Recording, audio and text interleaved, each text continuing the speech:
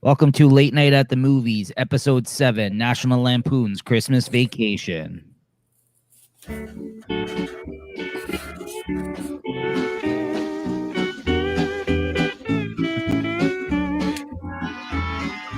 Melikilikimaka is a thing to say on a bright Hawaiian Christmas day. That's the island greeting that we send to you from the land where palm trees sway. Here we know that Christmas will be green and bright, the sun will shine by day and all the stars at night. Melikilikimaka is a wise way to say Merry Christmas. All right, welcome everybody. Welcome back to Late Night at the Movies. I didn't think you were going to catch that last time when I was Of course I did. That's when I the was song. mentioning. The only other song you could possibly put would be the intro song, like with the cartoon at the start of the movie. But like, this is the song from the movie. Come on now. I knew what you meant. You're like, oh, yeah. If anybody doesn't know, Jay on the show this past Monday on our live show, he was like, hey, he hinted. He's like, I think you know what song to play for this one. I was like, yeah, of course. Yeah, see, so I got my mug here, everybody. My Griswold coffee mug, and I'm rocking my sweater here. His Griswold coffee mug and the shitter was full. Nico and his fucking, I don't know, man. I couldn't find my ugly Christmas sweater today, so You just brought your I just brought myself. That's it, man. That's all that matters. Lucky I'm here. I start work in 2 hours, so fuck off, everybody. But I love you all. Yeah, Jay just woke up. Jay just woke up right now, guys. Good morning. Hey, 'tis the season. Oh, fuck. Well, good on you, Jay. You're definitely burning the candle at both ends this week by working nights and still appearing on like several friggin' shows that we're recording this week. I think I'll be in the drunk cast. I think I'll be probably sitting in the car doing this one, just so I could just, I might even be in front of work recording that one. Who knows? It's good promotion. Yeah, man. What are you talking about? Straight up drunk cast. What's up? What's going on? What's up, buddy? That'd be funny if I just done. I mean, it would be great, fucking funny promotion for a drunk cast. That's what I meant. All right. So yeah, welcome back, everybody. This is episode 7. I'm surprised at the number when I pulled this up today. I didn't know we already did 7 of these, man. This is always a fun. I was just gonna say that. Yeah, I look forward to these. These are always a good time. And today's show, we're talking about obviously National Lampoon's Christmas Vacation, one of my favorite Christmas movies ever. I watch it every year. It may not be the best Christmas movie. I might reserve that for another Christmas film that maybe we'll talk about in a future episode if we continue to do these. You never know. Maybe next Christmas, we'll see. But it's probably my favorite Christmas movie. Let's put it that way, because there's definitely one I think that's better that I love just as much. But this is definitely up there for me. Hey, good at. How you doing? But yeah, you have another one that's actually better than this. I don't know. I rewatched this. Christmas Story, probably. I think is the better film. Like it's just as funny. Maybe what? Maybe depicted the way it's depicted as a Christmas Story, sort of. Yeah, it's like just it's just as funny, and it's like a better like representation. Yeah, I think of Christmas than although they're both up there. That's what I'm trying to say. Like it would be hard for me to pick out of the two, but this is definitely, like I said, if not my favorite, it's right there with Christmas Story. But I have the most fun watching this film, though. Let's say that. I just think Christmas Story is probably the more beloved film, the better maybe of the two films, right? But yeah, let's get into it. I mean, this is the first time I've watched it this year, but it's probably not going to be the last. I'm probably going to watch it another time leading up to Christmas. I usually try to watch it a couple times every year. And also, I should say that when I took the notes this time around, this is one of those ones where I kind of went back because I was fully trying to enjoy the viewing experience, and I had to go over some things, and like my notes were very scarce.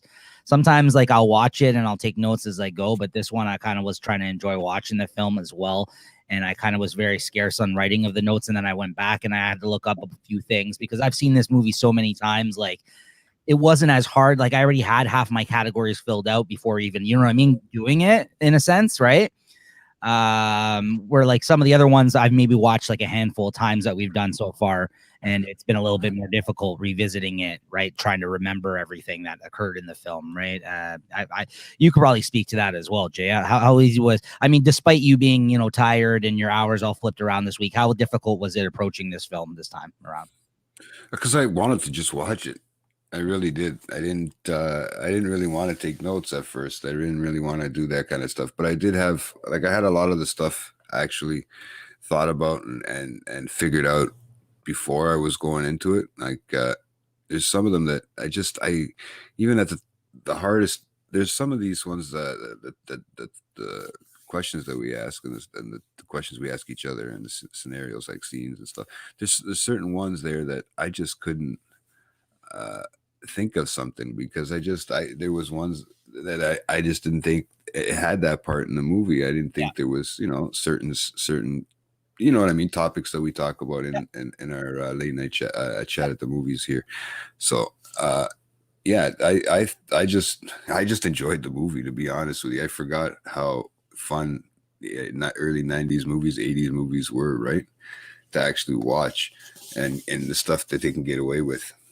Yeah, this is right on the cusp of the 90s. This came out in 1989, which I had forgotten. I always forget about, not the year, but the fact that this is a John Hughes written film. He didn't direct it, but it is in his long line of hit films around this period of time, right? 80s, early 90s. He wrote this, I guess, just before they did Home Alone. So he did a bunch of, you know, but I guess you could also tell that the fact that it was done in Chicago because he did all his stuff in Chicago pretty much, right, as well. But like, yeah, I mean, I always forget that he wrote this movie. So like when I looked it up again, I was surprised to see that. For whatever reason, it always kind of, because I think it's because it's not one of his films that he directed, like The Breakfast Club and like things like that around that time that he's probably more well known for, but he just wrote it, even though he wrote a lot of movies as well that did very well as the ones he directed. He wrote a lot of those as well, but yeah, he did a lot of Christmas films around this time too, and he even did Planes, Trains, and Automobiles, which I'm a big fan of as well. That's Steve Martin, and you've seen that film, right? Yeah, John Candy, and that's a great. A lot of the Canadian comedies, like there were a lot of the Canadian actors with some of his films, eh? Yeah, well, John Candy mostly, right? Yeah, he was in a lot of stuff. Yeah. His one scene in Home Alone, right? Well, I mean, couple scenes, but like he apparently only shot that. He only did one day on the set apparently for that movie, is what I learned recently. Again, shout out to that show, The Movies That Made Us, or Christmas Movies That Made Us on Netflix right now. If you watch that, they have one that on Home Alone. And I learned a lot about that film, like behind the scenes and stuff like that. I never knew about that. So if you guys are interested in that kind of stuff, I would check that show out because it was interesting. Because that's another one of those movies I've seen so many times over the years, especially around the holidays, that you don't really know a lot of the other like behind the scenes stuff, like how the movie kind of got made, how it got put together. I wish they would do one for some of these lesser known type of films around this era, like, you know what I mean, like especially this. And it's also hard to do comedies like when we do these shows. I feel like it's hard to kind of really sit here and take notes and interpret comedies, because comedies, you know what I mean, like it kind of kills the flow of things by doing it this way, right?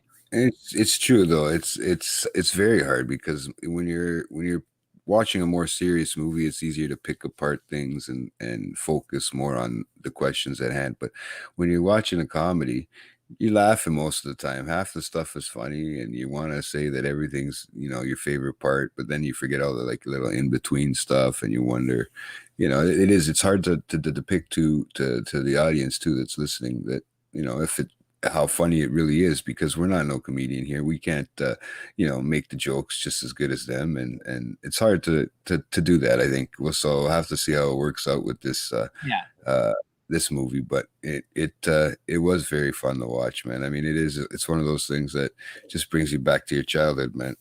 You know. And that was going to be my next question to you was, what is your experience with this film? Like, is this one of those ones you watch every time around Christmas? I know that you said in the past you're not like the hugest fan of Christmas at times, but I guess you probably did see this for the first time as a kid, though. Like, is this one of those movies that you do end up watching every year when it's on, or? Yeah, it kind of brings back old memories and stuff of how the family used to get together and shit like that. So I try to watch it. You know, I try not to take it too serious because I already know what made me, not the movies. But you know, two drunk people on a New Year's Eve, that's what made me, not on Christmas. But so, but yeah, no, honestly, I forget sometimes a lot of these old 80s movies and 90s movies that I watched growing up because I blocked a lot of that shit out, and I just didn't really feel like thinking about it. But these things, when you bring it back and you rewatch it, sometimes it's great to rewatch and to see how Yeah. it kind of was back then, bro. Because it really was almost that same way.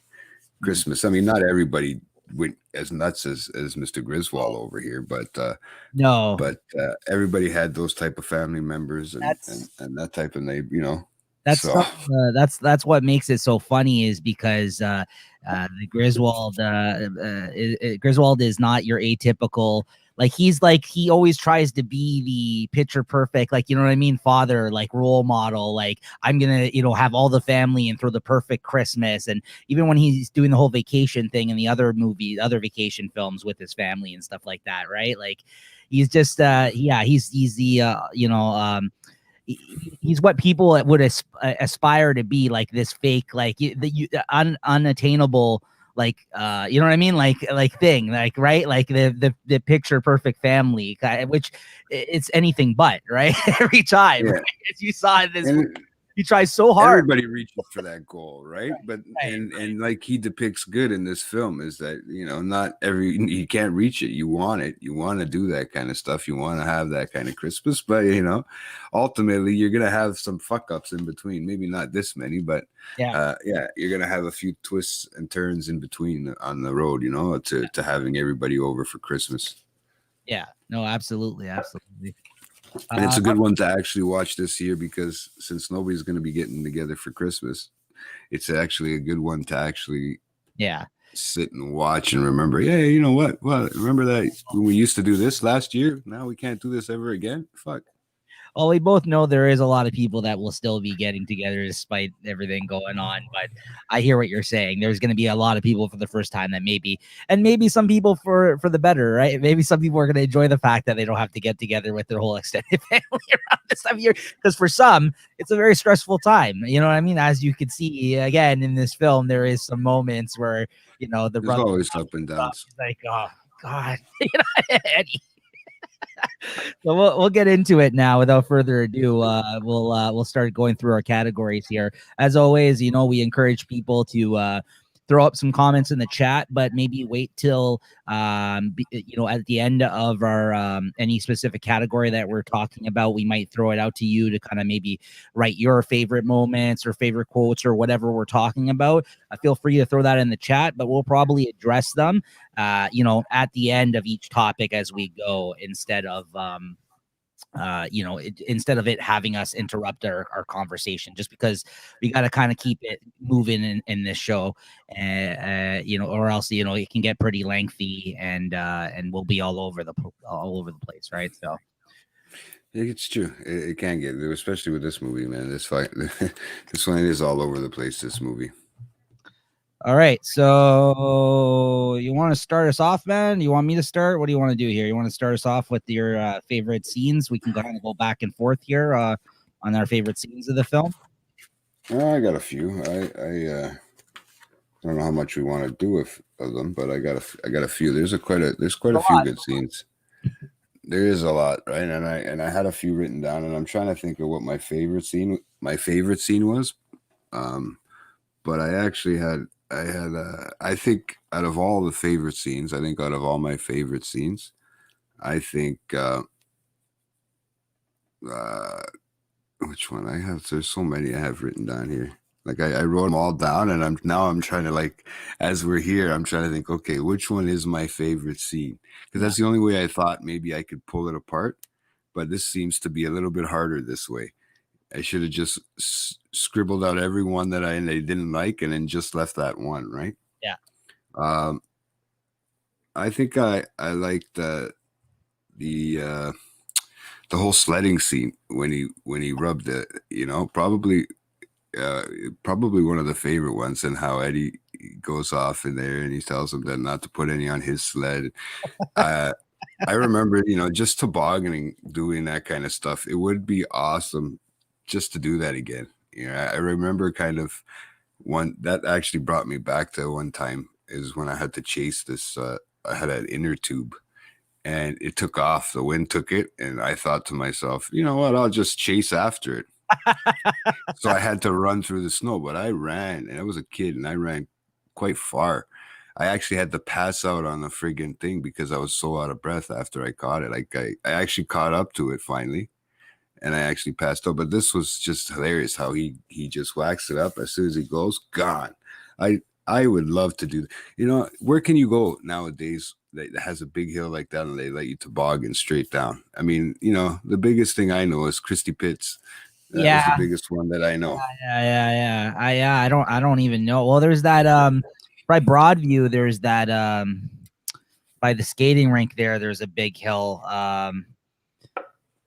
I forgot what that area is there, but it's off of Broadview and Danforth. It's down there. There's a pretty big hill, and there's like a skating rink there. I can't remember the name of it, but like that would be a good spot. But yeah, not many. Yeah, Christy Nothing Pitts. like that, eh?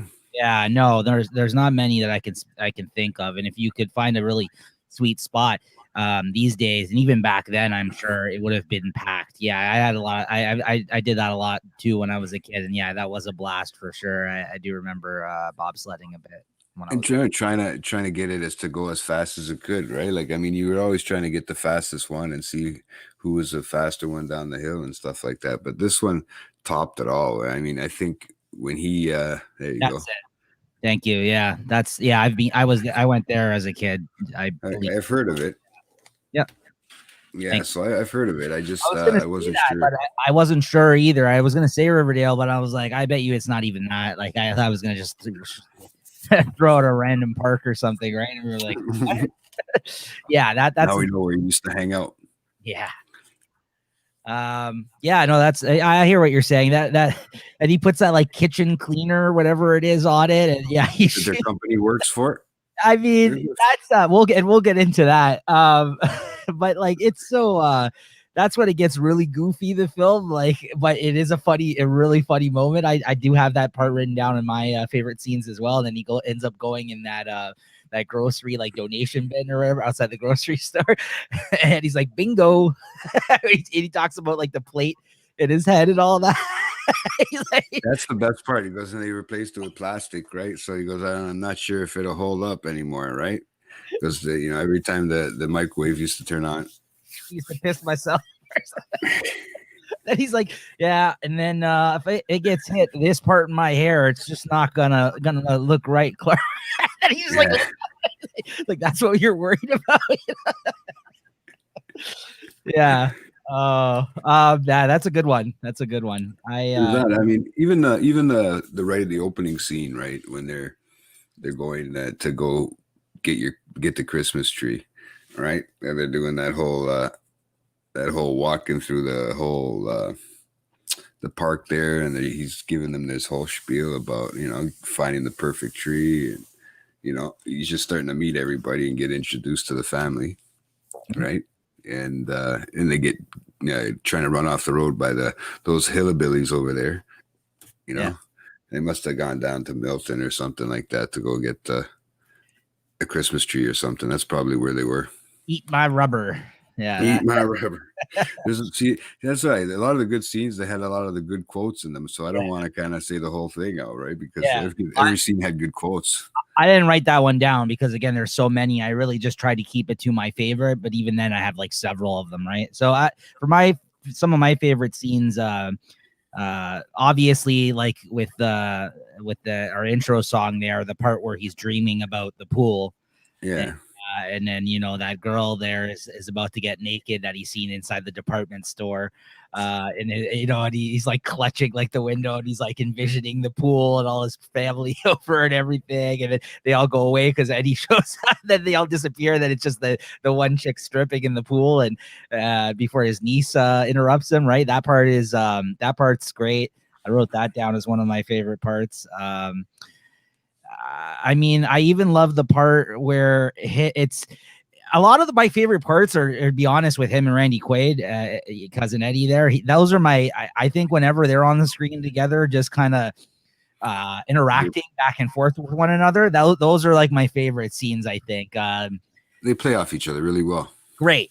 Yeah. Right. When he goes to the when he goes and he tells them that he wants to buy gifts for the kids because he knows he can't afford it, and they go to this store, the Walmart, and he's throwing all that dog food into his car. There's like huge bags of dog food. You know what I mean? And I don't know, it's just funny for whatever reason. Like he puts like a package of like light bulbs on top of the dog food, and he throws like another huge package of dog food on top, and you hear like 2 or 3 dog food kid bags. It's not even just one. Puppy chow, puree, all that stuff. I don't know why, but that part, I die whenever I see that part, because he's just like, yeah, I'm not going to lie to you, Clark. He's like, yeah, that RV. And I said I borrowed from my friend. It's ours. I live in it. Like you already know that. And you're just like, yeah, really? It's just, I don't know, man. Those guys, he kills me in this movie. Randy Quaid as well. As good as Chevy Chase is, Randy Quaid is so funny. That character is like my favorite. He's so good in this movie. Really is.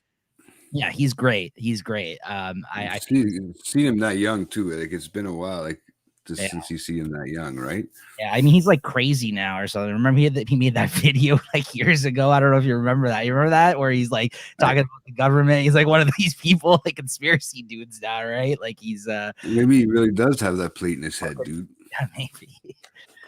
I don't know if he's still like that, but he made like a really bizarre video years and years ago. I don't know if anybody remembers that, but yeah, it was very strange. I don't know what he's been in lately, to be honest with you. Besides acting, I haven't seen him in anything, anyways. But maybe he has been. I'm not sure.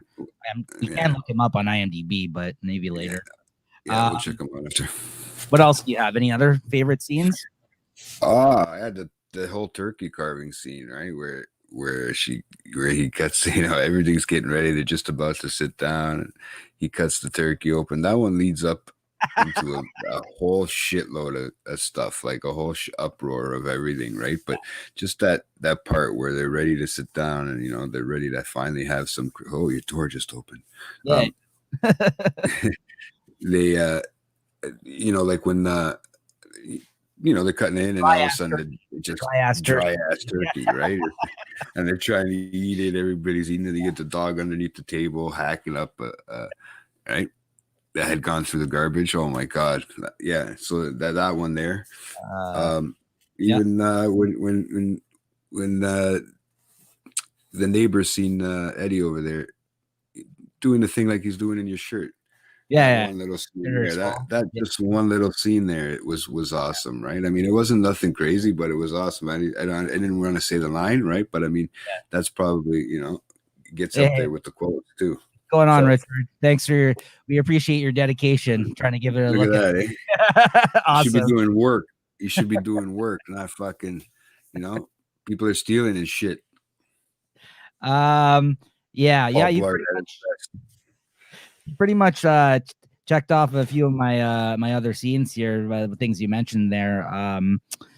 Yeah, I mean, again, the Eddie scene with him and Eddie when they're like he's at his house, and like when he first comes over, when he surprises him, and they're just sitting around drinking the eggnog, and then he touches that spinning toy or whatever that he had set up, and the whole thing breaks, and you see Clark try to like put it back together, right? Chevy Chase, that part. Yeah, just again those two scenes with them just exchanging and talking, and then also sorry to hear that, Richard. Also, like the part where he gets to the tree and he cuts it open and the tree, yeah, lots of sap, pretty full. Yeah, Pretty full. it looks good though. How many? And then they go to the bedroom and everything he's touching, he's sticking to. Like he's like, "Good night, honey," and he grabs the light, Got his paper. and the hair. Rips this whole thing right up. But again, they tapped into something that's really funny. Because I don't know about you, like, you've ever had that, like, for trees, like getting like really sappy, like sticky fingers from like touching a tree, like getting a tree, like a live tree. Maybe outside, yeah, but I've never had a live tree. Oh, okay. Yeah. I think we had one year when we were growing up, but that was about it. I think we stuck to fake ass trees. A lot easier to clean up. Right. Yes, we agree, Richard. Yeah, definitely up there.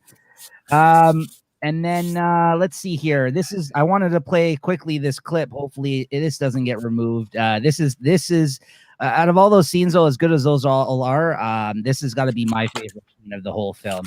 And it could also, it's such a long rant though that I'm not going to include it in my favorite quotes because it would definitely be there for my favorite quotes. But it's such a long, like, this is like a whole big scene here. So I included it in my favorite scenes. But this is definitely one of the parts here. Let me just share my screen here.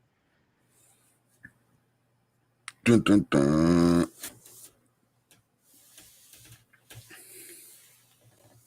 Christmas fakey. Oh, here we go. I have a better copy of that one if you need it. All right. Yeah, I know you do. Too bad we couldn't get that on there. That'd be awesome. That's after dinner.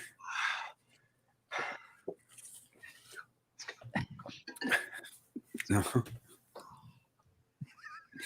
Give me some more eggnog. Hey! If any of you are looking for any last-minute gift ideas for me, I have one. I like Frank Shirley, my boss, right here. I want him brought from his happy holiday slumber over there in Melody Lane with all the other rich people. I want him brought right here. Right here. A ribbon on his head. And I want to look him straight in the eye, and I want to tell him what a cheap, lying, no good, rotten, four-flushing, low-life, snake-licking, dirt-eating, inbred, overstuffed, ignorant, blood-sucking, dog-kissing, brainless, hopeless, heartless, fat-ass, bug-eyed, stiff-legged, spotty-lipped, worm-headed sack of monkey shit he is. Hallelujah! Holy shit! Where's the Tylenol? Yeah, that one. Holy shit. Yeah, that one along with this other one too, because he has that freak out, and then I don't know, it changes to another scene. I think maybe with Eddie and stuff like that, you're going to get the boss or something, and then you have this scene when they get back when everyone tries to leave after his freak out. That's the scene that I have. Yeah. Where do you think you're going? Nobody's leaving. Nobody's walking out on this fun old family Christmas. No, we're all in this together. This is a full-blown 4-alarm holiday emergency here. We're going to press on, and we're going to have the happiest Christmas since Bing Crosby tap danced with Danny fucking Kaye. When Santa squeezes his fat white ass down that chimney tonight, he's going to find the jolliest bunch of assholes this side of the nut house. No, I'm telling you. That's my favorite. That's my favorite. Maybe even that second one more than the first one. But that whole all those rants of him breaking down at the end, just from all the pressure and all the stress of the holidays that he's experiencing, topped off with the whole reveal of him not getting the bonus that he was expecting, right? And was depending on all this whole like pool business throughout the whole film that he's been talking about with everybody. And then he just reveals in front of his whole family and the whole meltdown. Like that together is the best part of the movie, just because you knew it was coming to a head, right? And then after that with the cutting down the tree and the whole cutting off that post at the top of his stair, he's just losing. Oh, yeah. Well, dude, wouldn't you want to lose it at that point too? Around that point too, I think I would be having a hard day after that. It'd be a rough fucking Christmas so far. That was near halfway, almost near the end of the movie, right? So I mean, that was I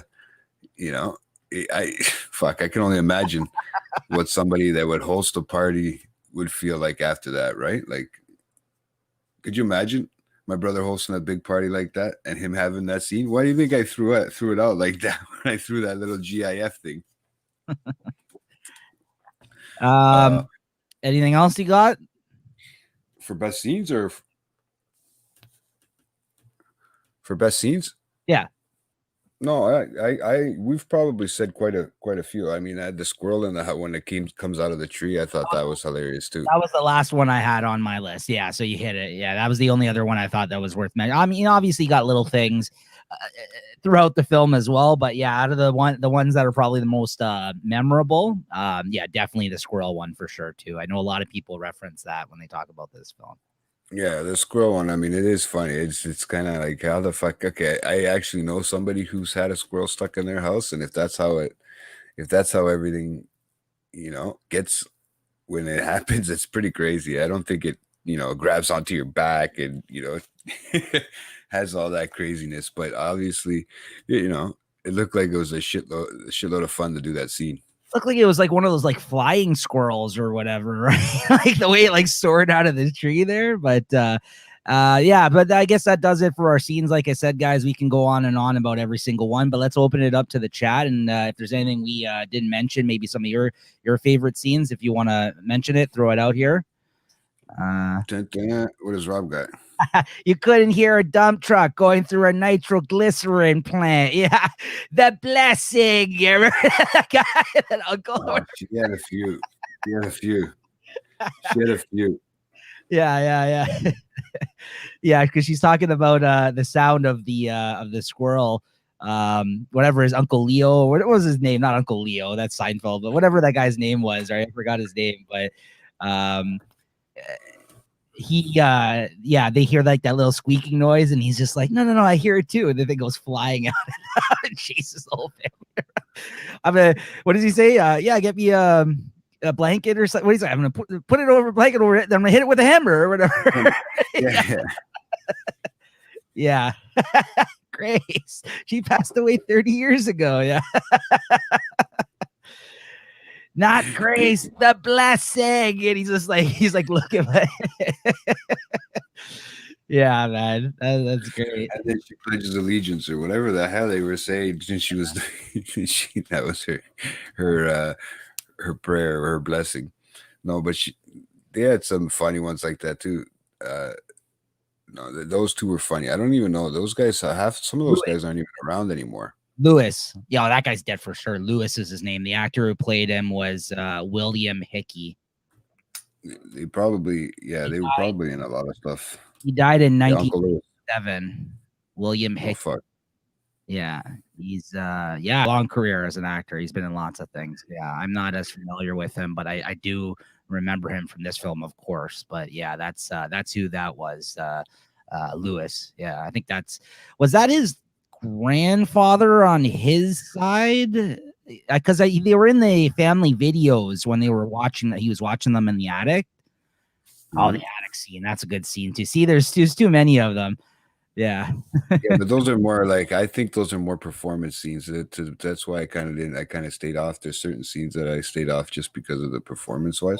Performance, yeah. Right. We have that thought, because it's hard to kind of do when you're thinking about best scene, but you're also thinking about performance, right? I kind of get those two kind of confused sometimes. So I try to, keep it apart, right? All right. Without further ado, then let's get into the next one. Favorite quote. Yeah. Our favorite quotes, everybody dude, there's way too many fucking quotes in this movie. There is. I'll start us out here. I'm gonna go down the list here. I even cut it down, and I can't. How many do I have here? Hold on. I think I have like 9 here. So I hope that you say some of these. I'm sure you will. So it's not like me saying these 9, but I couldn't even scale it down more than this. Honestly, I tried. Yeah. And these are in no particular order. Sometimes I put them in order as like they appear in the film. But this one I kind of jotted down as I went, the ones I knew, and then I kind of went back. And like I said, I was just trying to enjoy watching the film this time around, and I knew there was things off the bat I wanted to include in this discussion. So in no particular order, of course, this one of my favorites, if not my favorite. I'll decide at the end here. I got to say, is Merry Christmas, kiss my ass, kiss his ass, kiss your ass, happy Hanukkah. A classic one where he's all the executives are walking down in a line after the boss in front of him at his work, right? And he's kind of like, they don't know his name, they're just like acting like corporate dickheads to him, you know what I mean? So he's like, yeah, whatever. Yeah, this part here, yeah. Yeah. Do you want to hit us with another one? That one there is just that one's funny, man. That's like right in the beginning of the movie, and it's just like kind of just starting off, and just before everything starts to happen, But I got one. I got a few, man. Which one should I say first? I had that one on there. When they're out there, and the son says to the grandfather, I think it is that oh yeah, he works so hard.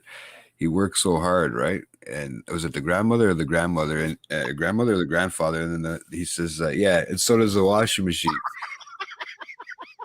Right? No, I was dying. It's funny you mentioned that. I was dying when I heard that.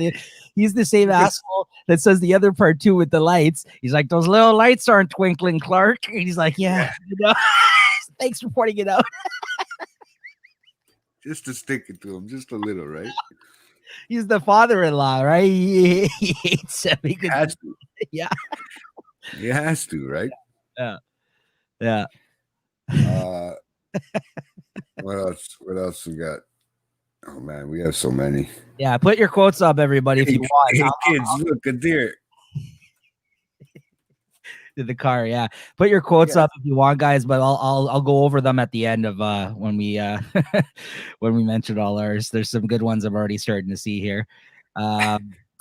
This one's good too. Classic one-liner where he's like the neighbor, the dick neighbor. He's like, where do you think you're gonna put a tree that big, Griswold? And he's like, bend over, I'll show you. He's like, you got a lot of nerve, Griswold. He's like, I wasn't talking to you. Hey, but they come back with a good one after that too, when they say, maybe he'll break his neck. Yeah, maybe he'll fall and break his neck, and he's like, yeah, he'll fall, but I don't think we're lucky enough to have him break his neck. And then of course you got when he's in the department store and he's like, 'tis the season to be merry, and he's like, well, that's my name. No shit. He's like, that's my name, Mary. Oh man. After he's like kind of hitting on that woman, right? And she's talking about the panties that you can't see or whatever. He's like, yeah, you can't see the line, right, Russ? He's like, nope. He walks up. Russ? Yeah. He's like, there's that whole scene there. That kind of thing is funny when he's just trying to talk to her and he's taking titties and he's it's getting a little nipply. It's a little nipply out. When she's sitting there with her cleavage, just trying to sell him something. He was trying to talk about his wife. Yeah. He's starting to get to pretend like he's getting tears. Yeah. And he just goes off with all those quotes, those like that whole line. But no, even when he first meets his cousin, and then when Eddie comes in and says, "Hey, surprised to see me, Clark?" And what does he say? Oh, Eddie, if I woke up tomorrow, what do you say? If I woke up tomorrow, my head sewed to the carpet, I wouldn't be more surprised than I am. Right. I have that one written down too. Because at first he's just like, yeah, it looks real swell, Clark. He's like, thanks, Eddie. Eddie? Eddie? Yeah, I was dying. Yeah. He's like, yep. Like he's surprised. Wouldn't you be shocked? It's just like that would kind of be the look on your face, like what the hell? Where did you show up? How'd you get in here? And then of course you got Merry Christmas, Shitter was full, which we just mentioned with the scenes as well. Yeah, I think that's, as you can tell by this sweater, I think that's got to be my favorite quote. But for a long time, it was the kiss my ass, kiss his ass. It's just the parts where he's more of like a smart ass that I really enjoy as well. Like, just because you don't see that much of it, because he's trying to put on this front, you know, the whole time, like trying to be like the good, you know, father figure and like a family man and all that. But then you can tell, like, especially to like the neighbors and stuff like that, like how much of an asshole he is, right? So it's those moments are really funny. That's why I like when he loses his cool in the film as well, because you kind of, you know, you see kind of what he's really about, right? Like he can also be a dick, right? He's stressed out, man. Like fuck. And I got this one too, the part where Eddie and him are together, and this is after they shoot the whole light scene, right? And they bring them into the house, and they're sitting around drinking the eggnog, and he's like, "So, can I refill your eggnog for you? Get you something to eat? Drive you out in the middle of nowhere? Leave you for dead?" You know, he's just shooting the shit with Eddie there, and he's just like, he just kind of slips that in. Eddie's like, "Yeah," like he's not like even listening. Why would he be? Anything else? Dun, dun, dun. We had so many of them, man. We said quite a few, man, that I had written down already. I just want to see if I can find any more. If I can remember too. I got the scene that we just watched. I got hallelujah, holy shit, where's the Tylenol? Like that whole part. Obviously, that's a great quote. And the last one I have here is the thing about where Eddie he agrees to buy his kids the gifts, and he pulls out like a whole list, and he's like trying to tell them like, yeah, you know, it's alphabetical, and he's like, yeah, and if it wouldn't be too much, I'd like to get something for you, Clark, something real nice. He tried to tell him to buy himself something. Something real nice. A lot of my favorite quotes are Randy Quaid's in this film, if you haven't already been able to tell. Like just his whole demeanor and his you know, the voice, like the hillbilly like voice, and how much he hates them. Well, there was one too with mother and daughter there. What's her name? Audrey, and with Audrey and the mother there, and she says, "You know how disgusting that is. Then you had to sleep with your brother." Or something. She goes, "Sleeping with your brother. Do you know how disgusting that is?" And then the mother says, "So I gotta sleep with your father. So don't be so dramatic." Yeah. Right? You know, because they have to share the beds because you know everybody's coming over to sleep over, so they got, I guess, sleep in the same rooms or whatever. So yeah, I think that's pretty much all the ones I had written down. You hit on a couple of the other ones that I had, but those are my favorite from the film. So yeah, I gotta say overall, yeah, the whole scene and quote of the Merry Christmas shitter was full is probably still my favorite out of all. Clark talks to his dad and he goes, "How'd you get through all these Christmases?" And he says, "I had a little help from Jack Daniels." Yeah. Most people, they can have a little help from alcohol during the Christmas season. Yeah. That's probably the best way to do it, I guess, eh? Yeah, oh yeah, for sure. So what was your favorite overall, would you say? Of the quotes? Yeah. Oh fuck, man. You know what? Most of them were, I think I liked a lot of the stuff from Clark. So I like the Kiss My Ass, stuff like that. That one there. I had a bunch like the little ones like that written down. But when he had stuff, and when he had his little flip out, things like that, when he went on his rant, that whole thing, those were like the things that I remember. I know Eddie's stuff is like quick one-liners. You know, shitter was full, this and that. Those are funny too. Like when he just says every time she read the microwave up, like you were saying, all those little one-liners, those were good too. But I don't know if I have a particular favorite. I think you think Quaid did it better. I don't know. I think Chevy Chase had some better one-liners, or no? Again, between the two of them, like it's very close for me. Like I think. But I think that's why I said for years my favorite one was the whole kiss my ass, kiss his, like that part. And now I kind of love the you know, shitter was full part, not just because of this. That's why I bought this. That's why, you know, but yeah, again, it's it's neck and neck for me. Like sometimes I feel the other scene's funnier, that quote, and sometimes I feel that shit. I mean, they're both great, right? I would be hard pressed to pick one, but I'm gonna go with Shitter was full right now. Yeah, yeah, I'd probably stick with the kisses, ass kiss, my ass kiss. You know that, but I mean, they all had some. So the grandmother had some good one-liners, and the mother and the you know the old deaf lady. They all had great one-liners, right? I mean, great quotes. So yeah, That's a good it's a good quality item. Yeah, when the cat goes on fire because the lights up. Yeah, and the chair is shredded. And he goes, "Yeah, I'd like to get that fumigated if you don't mind." Good quality item, yeah. Can I ask how much it sets you back? Yeah. Yeah, let's throw it out to the chat a little bit more here. Any other ones that we may have missed, guys, that you particularly enjoy that you can remember before we move on? Yeah, why is the carpet wet then, Todd? I don't know, Margot. The neighbors, yeah, Margot. Yeah. Yeah, the old what's the old guy and Aunt Bethany were having Uncle Lewis and Aunt Bethany had some good one. Like their whole thing was set up for one-liners, right? Their little conversations back and forth between each other, right? This is a good one too. Clark Audrey's frozen from the waist down. Oh, that's all experience. That's a nice little throwaway one that he does. Yeah, that's with the whole tree when they go cut down the tree. Yeah, and he just doesn't. He just like ignores it. Yeah, you know, it's all part of the experience. Yeah, it's all right, honey. What was that one?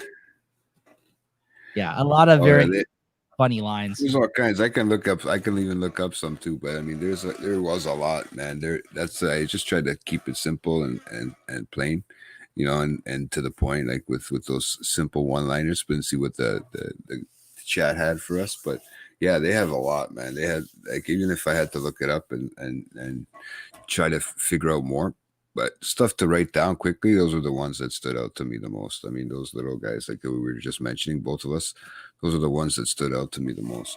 Absolutely. Right. This freaking chair I sit on. Sorry, guys, I'm creaking.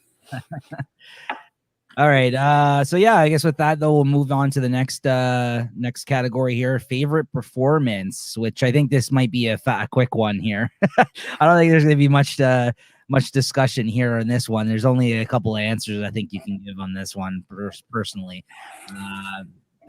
Jay, it's back over to you for this one. So what was? Oh, what do I got for my best performance here? Well, I had between two of them. I had that one with the Griswold rant at the end when he freaks out, like the one where he looks like I made the gif of my brother and that one I think was a great performance. But I also think that it was between that one and when he has that little talk with his niece. Yeah, one of the more and only, not his niece, his cousin, I guess, niece or whatever to call it. One of the more and only serious parts of the film. So obviously not a particular scene, then performance in a scene. I think overall you're saying that your favorite performer was Chevy Chase, is what you're saying. Well, I'm just thinking that those performances stood out to me the most, right? Right. In a sense, like those were more of the performances that stood out. Yeah, I guess I can't say, I'm not going to say overall, but I'm going to say, yeah, that those were the scenes that stood out to me that meant something, you know, like those little things, like, you know, you don't lie, you're not lying to your when he had the whole, you know, that whole scene where he was looking out the window at the naked chick, but then he came and brought it back into a serious performance. Like, that's how I was looking at it, how he changed that performance from like, you know, he's just ready to masturbate role to he had to talk to his little niece and be serious about Christmas. Yeah. You know? So you're giving it to Chevy. That's that for best performance. Yeah. Give it to him. Agreed. Yeah. That's actually a good scene to mention. Because he, as funny as he is in this movie, yeah, he definitely did dial it down for that one. One of the more and only, like I said, serious parts of the film, and kind of like nice and endearing moments that he had with that character. Yeah, so for sure, I got to give it. That's a good one to point out because he was mean. Like, I mean, he tried to be nice, but he was kind of mean certain times. When then when he had to be serious about lying to the little girl about Christmas, even though that's all our fucking parents ever do to us. But yeah, yeah, he was actually serious and he was very nice and down to earth about it. So I think I give that performance the best performance to him. Yeah. I agree, Chevy. Yeah, that's I know he some people aren't a fan of him, and you know, he definitely has a certain style of comedy. You know, very dry humor at times, I would say, and definitely more performance based. Like a lot of the, like, you know, like he's definitely one of these guys that like he could get injured or do something goofy, and like he does more of that kind of stuff as opposed to just like his jokes themselves. It's just the way he delivers like certain lines and like the expressions on his face. Like he's a certain like type of, and I think like later in his career when he got older and they used him as like the racist, old, inappropriate white man on like the show Community. If anybody's ever watched that show, like he was that character on that show, like, and he just said ridiculous things that came out of his mouth all the time. But that's the character that he was on that show though, right? And he played that up very well. So that's what I mean. Like I think something he doesn't fit into, like, because Chevy Chase tried to become like, I think like a big like he was a big movie star for a period of time in the 80s for sure. But then I think he doesn't fit like that everyman mold. You know what I mean? Like he's not like, you know what I mean? It's the humor. Yes. Yeah. You know, because I think with his humor, it can get very touchy on both sides of the track. You know what I mean? So you can misconstrue some of his humor, not just to being dry, but it can be sort of one-wayed. Like, you know, it could be pointing towards like, I wouldn't say so much a category, but maybe a gender and maybe so you got to really, he's got that type of humor in some of his comedy where he's, you know, you got to either like that or you got to not. And it's hard to, and he's got that funny look in his face, but still with his tone, it's hard to really tell if he's serious sometimes or not. He can't just get up and that's why I feel like he fell off, because his humor, it just wouldn't, I don't know if it would stand the time, you know, would stand the time of today, right? I think he's more of like a performance actor though. It's the way he does things that's funny, and what he does that's funny. It's not that so much that he's funny, like, you know what I'm saying? Like it's the way he delivers lines, it's the way that he does things. I think that are more funny. Like kind of like you can compare it to like something like somebody like Michael Richards, who played Kramer on Seinfeld.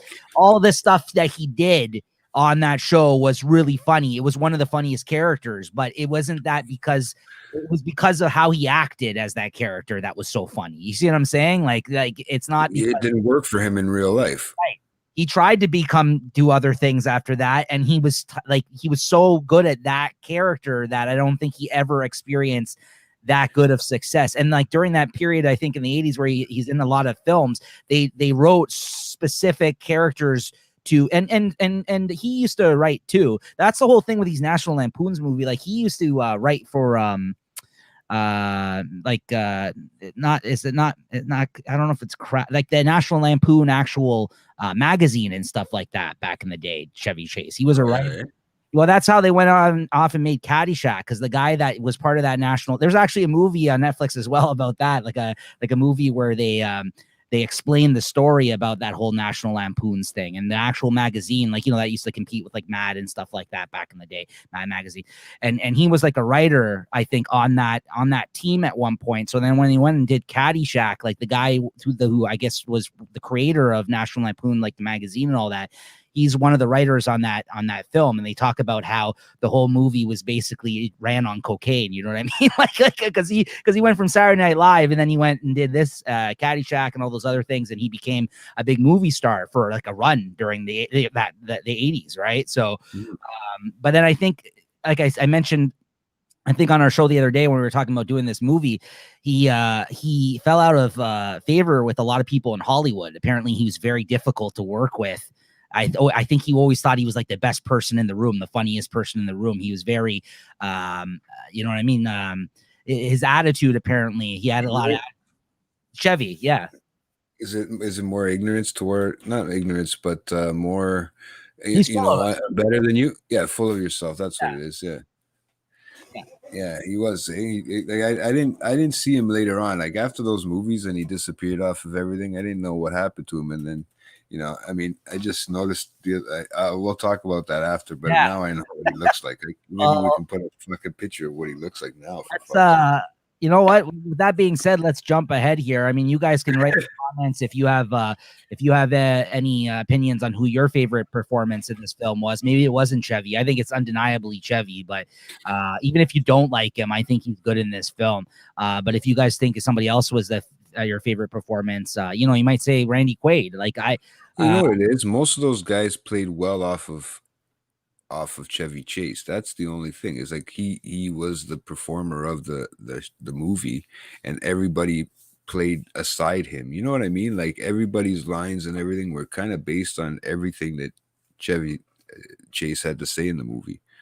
So I mean, really, he was the star. I mean, he was the performer of the movie. So you can't really, I mean, even though you might want to say Eddie guys, and you might want to say things like that, other people, they have their own parts in the role, but I don't think they were the performers. They were just the help to the performers, if I should say. Like, not even so much co-stars, just like help altogether. You know what I mean? They were all, it was like a big family, that whole team, the way they worked together, right? Yeah. So yeah, so we might as well jump ahead though. Speaking on Chevy Chase's career, and after this movie, we're gonna jump ahead to the category career peak. This is it. This is it for him. If you look at his IMDb, everybody, after this, when you go into the 90s, it's few and far between bigger roles and more bit roles on things. And that's what I think like happened in the 90s. I think like all his big hit movies are in the 80s. Like the Spies Like Us, like Caddyshack, Fletch, everything's in all his big movies that people like him and know him from are in the 80s. Even the other National Lampoons too, right? Right. Later you get, which I know it didn't do well, and many people probably don't like this movie, but I'm a fan of Vegas Vacation. Personally, I have a soft spot for that film. It makes me laugh as well. And Randy Quaid's also that one, and he's funny. But that came later in the was it 2000s even? Maybe I'd have to look it up, but it was way after. This was the last vacation movie until Vegas Vacation, and it must have been in the 2000s. I would have to look it up here. I'll it was like they had to try to reincarnate the National Lampoons. It just it wasn't successful. I like it. Yeah, I like it, but again, I can't say it's as good as this. Like, it was actually. So you're telling me there's actual comics and stuff, or not comics, but books like Mad that are National Lampoons? Not Mad. National Lampoons was its own magazine. Yeah, that's what I'm saying. There's actual books like that. Yes. Oh shit. It was like a Mad magazine or something like that, or Cracked, or like any of those type of humor magazines back in the day. Like, I know those ones, Mad, Cracked, but I don't. Maybe National Lampoons was before my time. Like, like in the 70s, probably in the 70s and 80s, right? Died off after, right? Yeah, because the guy died. The guy died. The creator of it, he died not too long, I think, after like the success of like Caddyshack or something. All those guys, they did like a lot of drugs and stuff like that during that time, right? Coke and all that kind of stuff, because it was that time, right? And they all had money. Stand-ups and stuff like that, right? They do. They're comedians and that shit. The movie I was talking about, if anybody is interested in checking it out, it's more of like a spoof of the story, I would say, but at the same time, it is a comedy in its own right, and they had actors play the actual people in real life. Like, it's called A Futile and Stupid Gesture, and it was on Netflix last time I saw it. It's worth checking out if you are interested in the story of the creator of National Lampoons and kind of what happened throughout his career leading up to the release of Caddyshack, because that movie wasn't a big hit when it came out. It was one of those movies that had a cult following and appreciation way after the fact, right? Because for whatever reason, but it didn't do well when it first came out, right? And I know that's one of those movies that it's beloved by a lot of people, right? And at least from everything I know, yeah. So Vegas Vacation, though, that came out. Let's see here. Yeah, 97. Okay, so it wasn't even in the 2000s. That was like the last hurrah. I can't even say like until he like Community, the television show that casted Chevy Chase, which he also ended up leaving halfway through the show because he had issues with with the creator. Yeah. So it's well documented. I mean, look it up. Those first 3 seasons of the show when he was on it, though, he was great on that show. But again, they played to his strengths. It kind of resurged his career for people of a newer generation being on that show, that like younger people that were watching that comedy Community. If you've never watched it, watch the show before, check it out, guys. It is pretty good, at least the first 3 of 5 seasons. After that, it kind of falls off. But he's really good. He's a part of the reason why I really liked watching that show, is seeing him on there, because it was just weird seeing how, like you said, he doesn't look that great nowadays. He's pretty old, and he doesn't do too much work anymore, right? It's kind of here and there he'll pop up in a cameo, but absolutely, this for me was my career peak, was for Chevy Chase, was this film. After this, I know. There was a lot of people that started to peak after this, and then it's like he fell off. Where did he disappear to? That was the thing. Yeah, I was looking through everything, and I was like, because you know what? After this movie, I don't remember seeing. I seen him very, like you said, in very few things, and if anything, he was just like a little appearance on the show. You know what I'm saying? Like it was nothing crazy.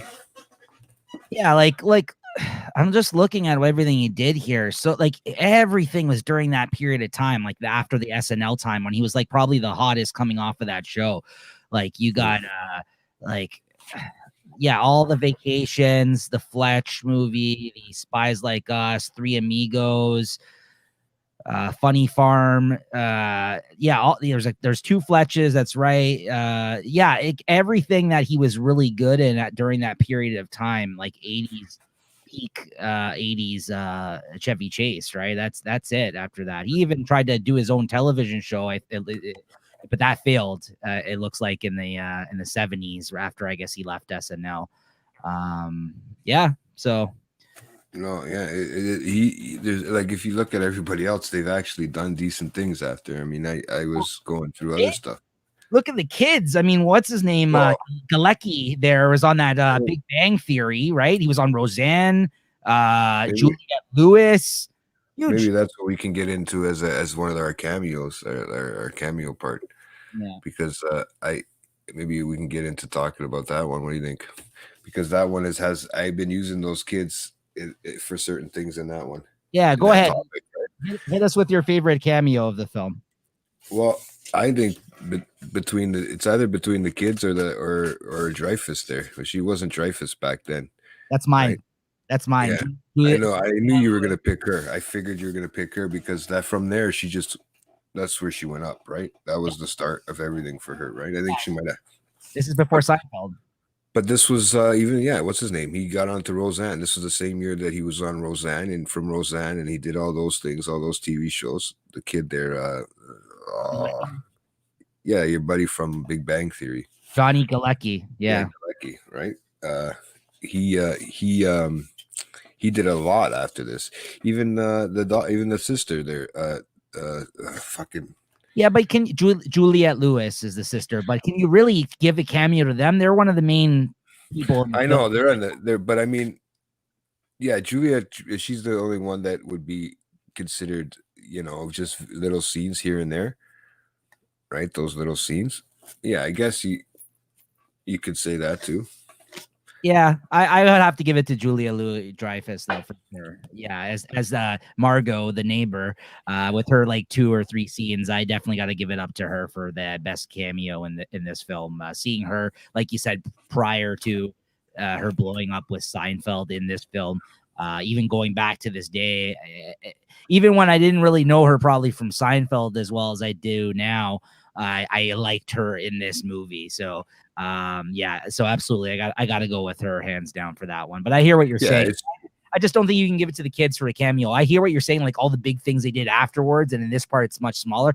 But that Johnny Galecki, he's great in this film. That kid, he's actually pretty good for a kid actor in this movie. I gotta say, like I was impressed rewatching it. He had a few little one-liners too. Yeah, I gotta go mow the lawn, do the thing. Yeah, I forgot about that one too. That he said because he wanted help to help him go through the light bulbs again. Yeah. Well, I gotta, yeah, look at the time. I gotta go do this and then he goes, gotta pay some bills. I gotta, So, but no, yeah, you're right. He was funny. Whatever he's like, Russ. He's like, I'm right here, Dad. Oh, he's like, oh, here you are. Russ. And he just like yells out his name, and he doesn't even know where he is. Like he's literally right beside him. Oh man.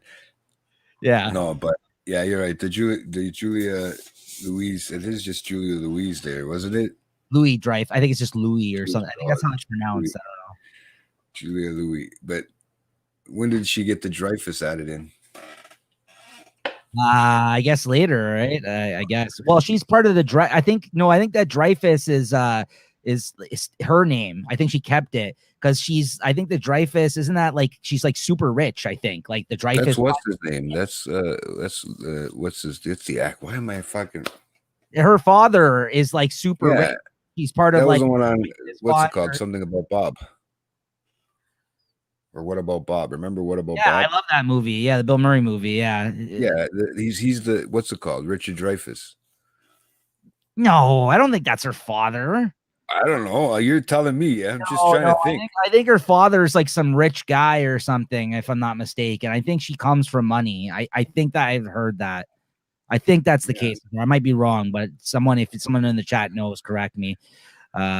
Hey Max, what's going on? Yeah, the scene where the squirrel jumps out of the tree still traumatizes me to this day. Yeah, we talked about that one. So yeah, guys, let us know in the chat here what what your favorite cameos were or performances, the couple that we just went over now, or career peaks. If you disagree, if you think that Chevy was this wasn't his peak after this film, let us know your thoughts, but we'll move on to the next one. Did you give anything for overacting award on this one, Jay? You know who I got for overacting? I think a little bit. It's just some of the old parents, even though they were funny. It's just their comedy was a little bit overacting to the bit. I mean, not so much the parents, the old people, what was it? The grandparents that came in with the cat with the cat inside the wrapped up as a Christmas present and the Jello cake. That's the only one I could really think of. They were good actors, but I just thought that with the yelling and the screaming, for me it just felt like too much. But other than that, I mean, really, I didn't have anybody overacting. I mean, Chevy, he's dramatic. I wouldn't say so much overacting, but yeah, I would think the old people there.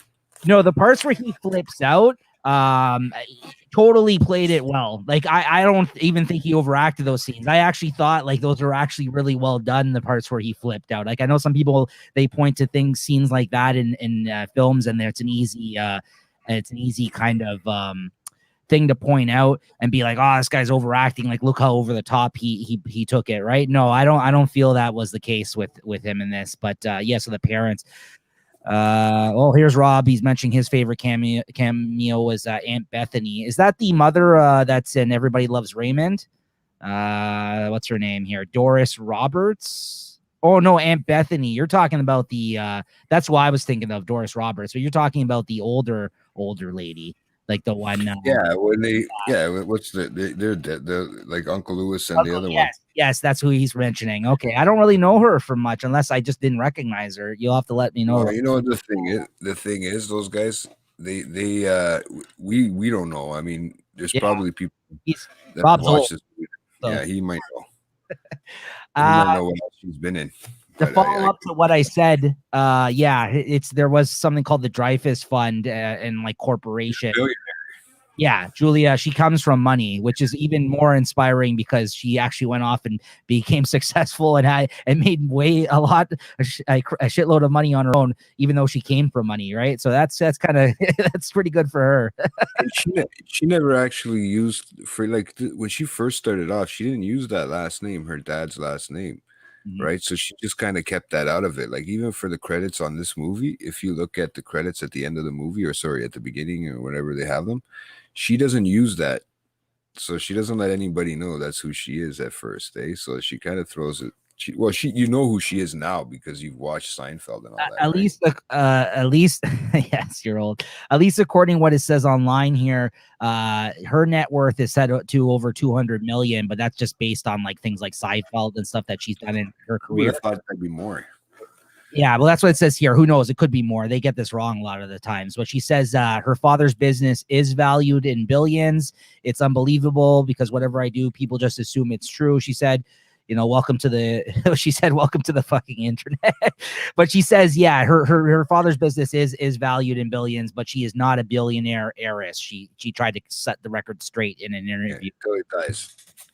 Yeah, exactly. So, but listen, she went off and made her own money. It looks like that's what I'm trying to say. Like, she might have came from money, but she also went off and did her own thing. She's famous for other stuff, like 10 years of Seinfeld, right, or whatever it is, right? Yeah.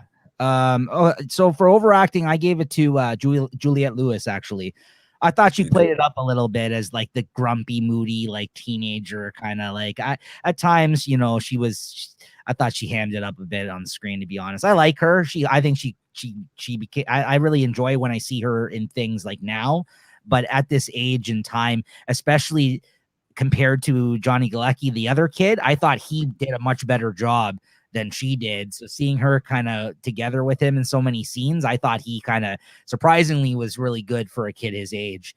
While I thought she wasn't that as great personally. So she's been in a lot of new stuff. Like, I mean, she's gotten better as an actress and stuff over the years. That's what I'm saying. I like her a lot now. I just think in this film, it doesn't. Yeah, I don't know. She almost has the same name as the Seinfeld girl, really. Yes, it's very close. It's very similar, except without the Dreyfus. What else would you have seen her in? Oh man, she's in all kinds of stuff. Natural Born Killers, all that stuff. Right?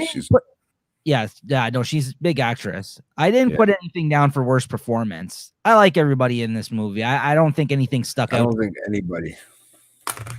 Performance-wise, no, I didn't. I'm like you. I don't think anything was wrong with this movie. I don't care if people might think it was a little sexist or a little bit, off-colored. I don't care. To be honest with you, it was a great movie. It was something to make you smile at Christmas. I was just about to say that. I have nothing written down for worst performance. I have nothing written down for nitpicks. So we can really pretty much get those two out of the way. I don't know about you, but I think the disadvantage I think we had going into these categories for this film is the fact that it's such a beloved Christmas classic movie that I watch every year that even if there are things that are maybe bad or wrong there, I won't see them. You see what I'm saying? Like I'm not going to look at this film that way. I don't want to look at it negatively. So I know it's hard. It's hard. Like we have to look at it in a way and critique it as well. But I for this film, I watch it too much to have any of this stuff bother me. Like I can't say. I don't want to say I can't say a bad thing about it, but I don't really have any like that person's terrible or look at this thing, it's bad, nitpick type comments. And it sounds like you're the same, right? Yeah. No, I'm the same way. This movie, I think all around the performances were good, and there was really nothing, like you said, that if it did stand out. I mean, there might have been some unanswerable questions, like we get to, but there wasn't any nitpicks, there was a few unanswerable questions just because they were, but I mean, there wasn't anything that actually stood out. This is the most unanswerable questions I think I've ever had for a film, to be honest with you, out of all the ones we've done so far. That being said, but not in a bad way where I'm like, this is confusing and it ruined the film for me. No, just like little things that they didn't need to address because it's a comedy. You know what I mean? Like fun things, right? Yeah. Rob says, I think Julia Louis-Dreyfus is overacting with the screaming when the door opened and the dog and the squirrel jumped her. I like that scene though, because he just slams the door in her face afterwards. The dog attacks her. He's like, well, I hear what he's saying. Yeah. What did she do after? She goes back over and she knocks out her fucking boyfriend. Yeah, because because he I he think did. I think stuff that he was in was kind of shitty. Sorry, man. Just trying That's to all look for right. something. But yeah, so I think the shit that he was in was like the boyfriend there. I mean, I wasn't really. He could have been a nitpick. He could have got rid of him. Who do you have for who won the movie overall? What do you think? I still think for who won the movie is Chevy. Like he's the one who set the tone for the whole movie, man. He stole the show, and then that's it. I think he became too full of himself after, and that was it. That was his last role.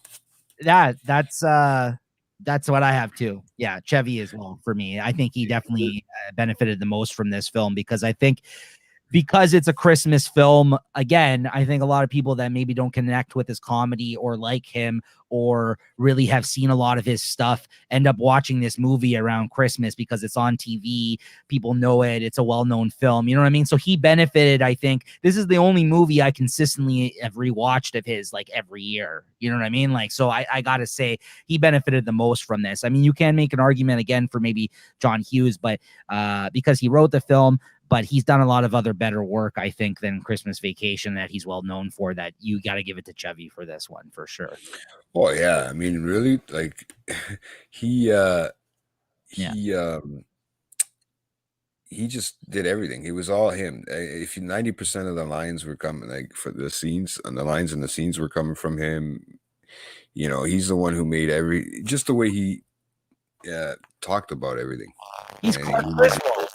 Like he's a pop culture, you know what I mean? Like Clark Griswold, like everybody like even says things like that Clark Griswold will be referenced in everyday life. Sometimes people will be like, yeah, I'm trying to Clark Griswold this, you know what I mean? Because he tried to be that father, like, you know what I mean? Like, so yeah, you got to give it to him. Like he definitely benefited from this movie the most, I would say. So I got to say he won the film overall. And I'm glad to see some of the other Chevy love here in the chat. Because like I said, Max, I've had this conversation with some people. They don't like him, right? I don't know. I've never actually heard that from anybody. You're the one who's told me that there's people that don't like him, but I've never actually heard that from anybody. But I've never actually had that discussion with anybody before, so I couldn't tell you, right? I could see why some of the stuff that I've seen later on that he's posted and stuff like that. I could see why people don't like him. Yeah, Rob mentioned what. If you see a house with a ton of Christmas lights, they call it a Griswold house. Absolutely. Yeah. Hey, would you ever do that, Rob? Fuck that. Let's see if Rob knows how many light bulbs do they have. How many light bulbs did he use? 2,500. No, I think it was more than that. I think it worked out 25,000. Yeah, that's right. Yeah.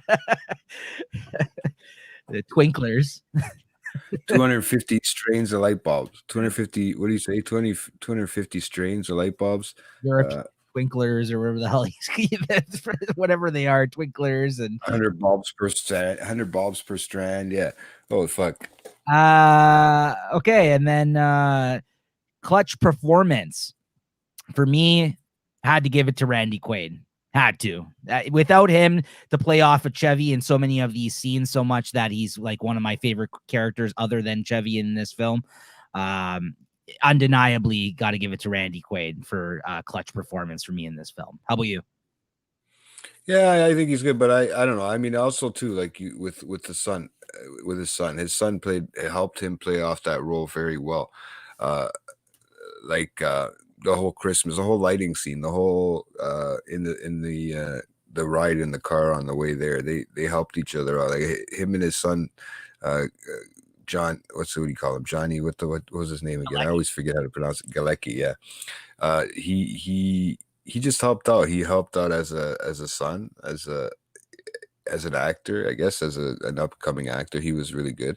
I mean, there's also, I mean, you can also say, no, I honestly, I think my pick will be Johnny, maybe for a lot of it, because as much as you say everybody, I mean, as much as you say Dennis Quaid played a lot off each other. Yeah, they did. They made the movie, but I mean, the son also had some big parts. So I might go with him instead of just going with Quaid. You said Dennis Quaid. It's Randy Quaid. This is the Randy, I don't know. not Sorry, Dennis. It's Dennis Quaid, but yeah, this is Randy we're talking about here. No, it's we're talking about his retarded brother. Yeah. you know why Max to jump all over you here in the comments. He's gonna be on you. Oh no, it's Dennis Quaid is from Total Recall. No, that's the other Quaid. Yeah. Which I still want to do, by the way. That's happening. I don't even care. That's happening. I love that film. We're watching that. That's why I brought it up. Yeah. Rob mentions I've got Christmas lights on the house, but nothing like that. Yeah, no, of course not. That's insane. And Max mentioned here he was hated because of Community, even though he was the funniest part of that show. Yeah, I talked about his part on Community a little while ago, and again, some of the troubles he had with the people on that show as well. Yeah, he definitely has had a rough career with people inside the business, because maybe it's not always his fault, but you've always heard stories about him having issues with people throughout his career, if you've paid attention enough, and have heard some of the stories that he's talked about. Yeah. Oh, nice. He also set up his Christmas tree yesterday, got a little Kylo Ren and Mario ornaments on it. Awesome. That's great, man. Shout out to who you gonna have Christmas with? Yourself? Yeah, a lot of people are this year, Jay. Don't lie. I know. Hey, look at me, dude. Don't worry. I'm here by myself too, buddy. And then finally, in terms of like mentioning the actors, that guy award, the award that goes to somebody that you've seen in other things. You just couldn't put your finger ever on the name of the actor, but you're familiar with them. You've seen him many a times. It may be a woman as well, that person award, if you want to be politically correct. Jay, who's the one you picked for this? I picked his boss. Yes. Yes, same here. Brian Doyle Murray. Yeah, his brother, the lesser known Murray. Absolutely. Is that his brother? Yeah, that's his older brother. Bill Murray? Yes. Oh wow, eh? Yeah, he has two brothers, I think. That this is Brian Doyle Murray. That's his brother. If you look at him, you can tell that it's like an older version of Bill Murray. That's his brother, man. He's great. That's why I thought so too, right? When I looked at the IMDb right now, right? When I was looking at who it was, I'm like, he looks familiar, but he was also in other stuff. I've seen him in other things too, right? Like later on, now that I researched him, but I wasn't sure where I seen him. Yeah, that's his brother. That's his brother, and I've seen him in other films too. If we pull up his IMDb, I've seen him in quite a few things. But I absolutely, I have to give it to him for sure. You're right on the money with that one for best. Because I was like, I know this guy, I know the talk, I know where everything he's come from. But I also even thought maybe his work partner too, the one about when he was saying, "What are you going to do with that?" Just that one guy. I know him from another role too, but I just didn't know what his name was. The best part is when he goes in and he leaves him like that fruitcake or whatever at the end of it. He's like, leave it with the other ones. And then he's like, yeah, I hope that that thing did good at the trade show or whatever. He's like, I'm sure it did. And then he gets on the phone and he's like, get me somebody, anybody. Like, we'll give you somebody while we're mating. And he's like, I'm sure it did. I'm sure it did great. Griswold. No, he calls him like Grisball or something. He calls him the wrong name constantly. Every time he calls him not Clark. He calls him like Greg or I don't know. He always messes up his name, right? Grisball. I'm sure it did great. Grisball. Yeah. And then he can remember when he says, "Oh yeah, I got the Christmas card that you sent me or whatever." The bonus. He turns to his employee there and he says, "Yeah, just like what do you call it? Not the like company card, sir." He's like, "Oh, all right, yeah, corporate card, corporate cards." Because he already knew at that time, right? Yeah. Oh, he's great. His part in it. I like if it wasn't for Julia Louis-Dreyfus, I was gonna give it to him for cameo, but I knew right away. I'm like, oh yeah, that's that guy work, because I can never remember the guy's friggin' name, right? I just know I've seen him in other things. Yeah, he's been in Caddyshack. I'm just looking at some of his other film credits here. He's in Wayne's World. Apparently he was also some. Yep. He is in a few things. Yeah, no, I noticed that. I wasn't sure exactly how many things I had seen him in. Yeah, a lot of again, a lot of bit roles. He was in Groundhog Day. He was in a lot of Bill Murray's movie. I think he's in Scrooge too, which is another great Christmas movie with Bill Murray. That's where he was the boss. I think he's in Scrooge as well, if I'm not mistaken. I'm just trying to find it right here. He's in 16 Candles, which was also by John Hughes. Ghostbusters 2, which is not that good, but he was in it. SpongeBob SquarePants. Yeah. I don't know why I said that. Yeah. No, he's not. It doesn't look like he was in Scrooge. I'm thinking of somebody else. I must have been. I don't see him in listed anywhere. I feel like he's a boss most of the time. It Yeah. looks like he's mostly voiceover characters. All right, so let's get into some of the more broader categories here as we're reaching the end here of our categories, and feel free to jump in. Like I said, guys, we'll address your answers to some of these categories at the end here or as we go when we get a moment. Possibly unanswerable questions. All right, you want me to start us off, or you want to start? You can go ahead. I have a few. Again, so we kind of talked about it a little bit there earlier.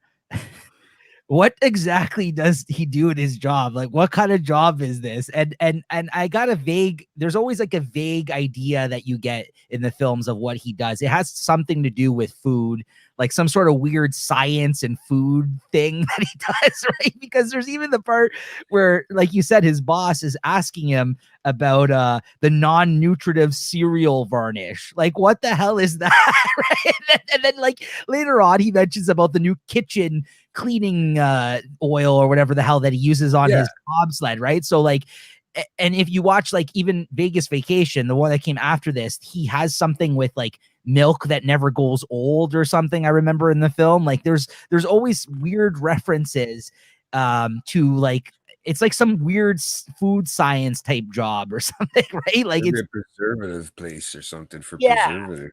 Yeah, but I don't think it's ever very clear. And if it is, and I've just missed it, guys, let me know if anybody knows here in the chat. But there's always weird references and jokes to this. And whatever he does, he makes a shitload of money. Like he makes really good money, right? Like so much so that you get a bonus. Right. And so much so I was going to say that's my other unanswerable question. How much was this bonus that he was getting?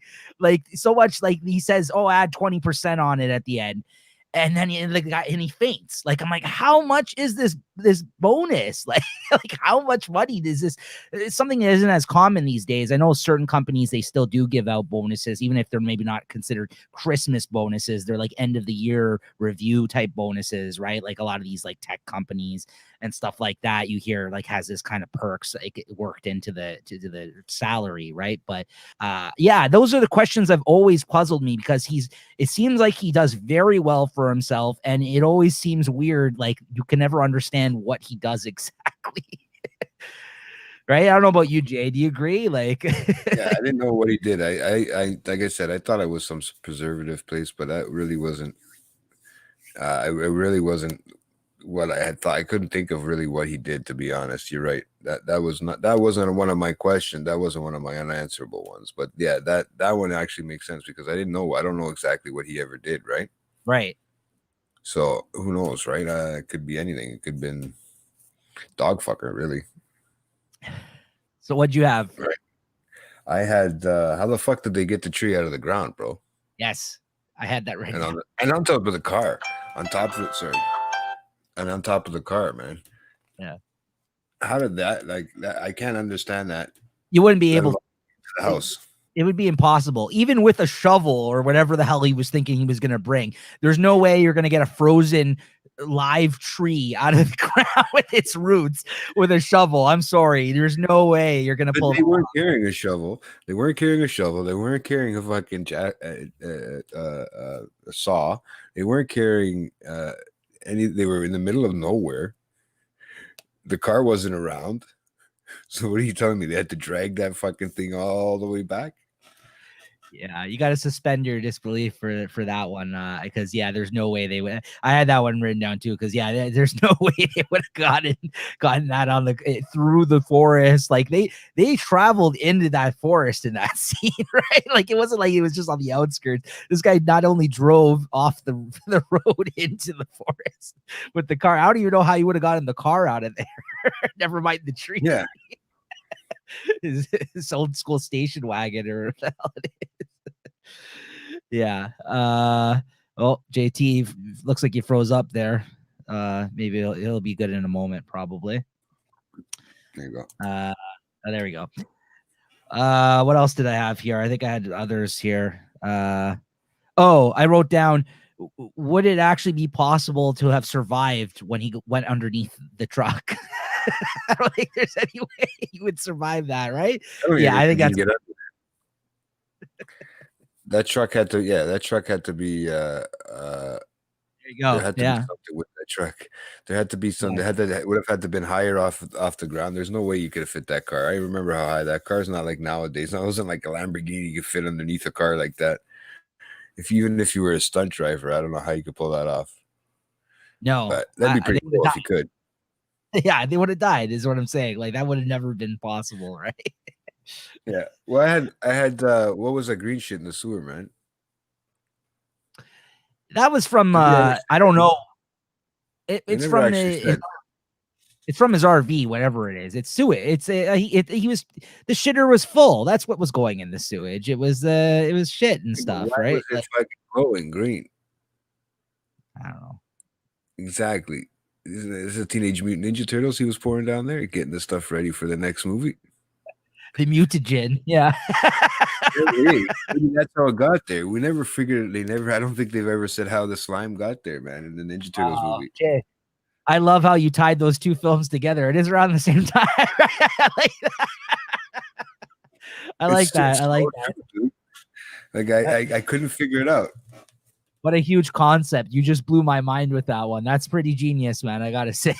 That's a good one. I like that. Yeah, because those movies started coming out just after that, I thought, no? Yeah. And then lastly, I wrote down, how much would it have cost to light that house? Like, that must have been crazy, right? Like, have that on? Oh, yeah. Especially then with those bulbs. Yeah, that meter was going like this. Right? They had to turn that extra auxiliary power on at the nuclear power plant. Yeah. See, that's the only thing the nuclear power plant turned on. That's the only thing why I thought green. And I thought, hey, nuclear, maybe, but I had nothing to do. They didn't say that the power plant blew up because they turned the Christmas lights on. Right. Yeah. So, it would, I don't know. It would probably cost a fucking fortune. Yeah, no, absolutely. That was a good, an answerable one. I never thought of that one, to be honest with you. Right? Like, because I know of people, like Rob even mentioned in the chat earlier, people have even tried to replicate the house, like in their own life, like in real life, like the type of setup display, like a Griswold house or what have you, where people put thousands and thousands of lights over their house. And you got to think the hydro bill for that, especially depending on how early in the month that you put it up. Like, I mean, again, the guy's got money in this film, but he only put the lights up, it seems like the final week before Christmas, right? In the film. When everybody got there, yeah. Some people, they'll put it up in like November. You know what I mean? Like once Halloween's over, especially in the States, because Halloween's like a bigger holiday there than it is here. Like more people celebrate it and do stuff, like at least like, do stuff like decorations outside their house and stuff like that. But yeah, I think like to have that going for like a month, like that's gotta cost a pretty penny, right? I put an air conditioner in my apartment in the summer and it goes through the roof, right? so I gotta, yeah. It would cost a fortune, you would think. Now I know people are using like blow up dolls and shit like that in front of their house, and not those kind of blow up dolls, guys. If you get any, dirty thoughts, but I mean, blow up dolls, like in the sense of Christmas decorations, lawn ornaments, I guess, if you want to call them that. Well, they're not. Blow up dolls is completely the wrong thing to call it. Well, it's air blowing them up, bro. So you tell me. They're basically dolls. A doll of Santa Claus up in the front. A couple reindeer. I don't know. Yeah, this was before LED lights, so it'd be very expensive. Good point. Yeah. It is. It is. Did- That was one of my aged worst things, I think. yeah, we're getting to that. Does Julia Louis-Dreyfus Margot get divorced or not in the film? Yeah, that's a good question. That is a good unanswerable question. I wonder. Probably. Why are you asking, Rob? Does your wife know you're asking that question? Ooh, Rob getting called out. But yeah, no. Yeah, I don't know. Why would she get divorced? Just because she punched him? No, they just seem miserable by the end of that film, right? Like, so it's possible, right? Anything else? Otherwise, are we moving on? Oh yeah, we can move on from there. Those are some good unanswerable questions. Age the best. I had Christmas with families written here. Just that experience. I think they captured. They do in the movie, but I don't think it is aged the best overall. I think maybe in this movie, the depiction of it is what I'm saying. Yeah. Because of the depiction that some of them drive you crazy, some of them, you know what I mean? Like the stress of having everybody over at your house. I think the depiction of having a big family Christmas like this in the film has aged well, in the sense that I think you would still feel the same way about this now, and it was a good depiction of that in the film. What do you have written down, if anything? Yeah, I had the Christmas lights. I mean, nobody goes crazy like that unless you're using LED light bulbs and stuff like that nowadays. You know, I don't think that aged so well. I mean, people used to do stuff like that, I know, but they would try to go a little crazy. Now that you get very far for few now. I mean, you do have those classic houses that do still do it, but like I said, it's nothing like this with the bulbs and stuff like that. And those types of bulbs was one of the things I said aged the worst, because they don't even use those anymore for real Christmas. But it was between that and smoking cigars is left beside dry Christmas trees, man. Yeah, those are good answers. I had for my other answer, I had for age the best were the moose cups that they drink the eggnog out of.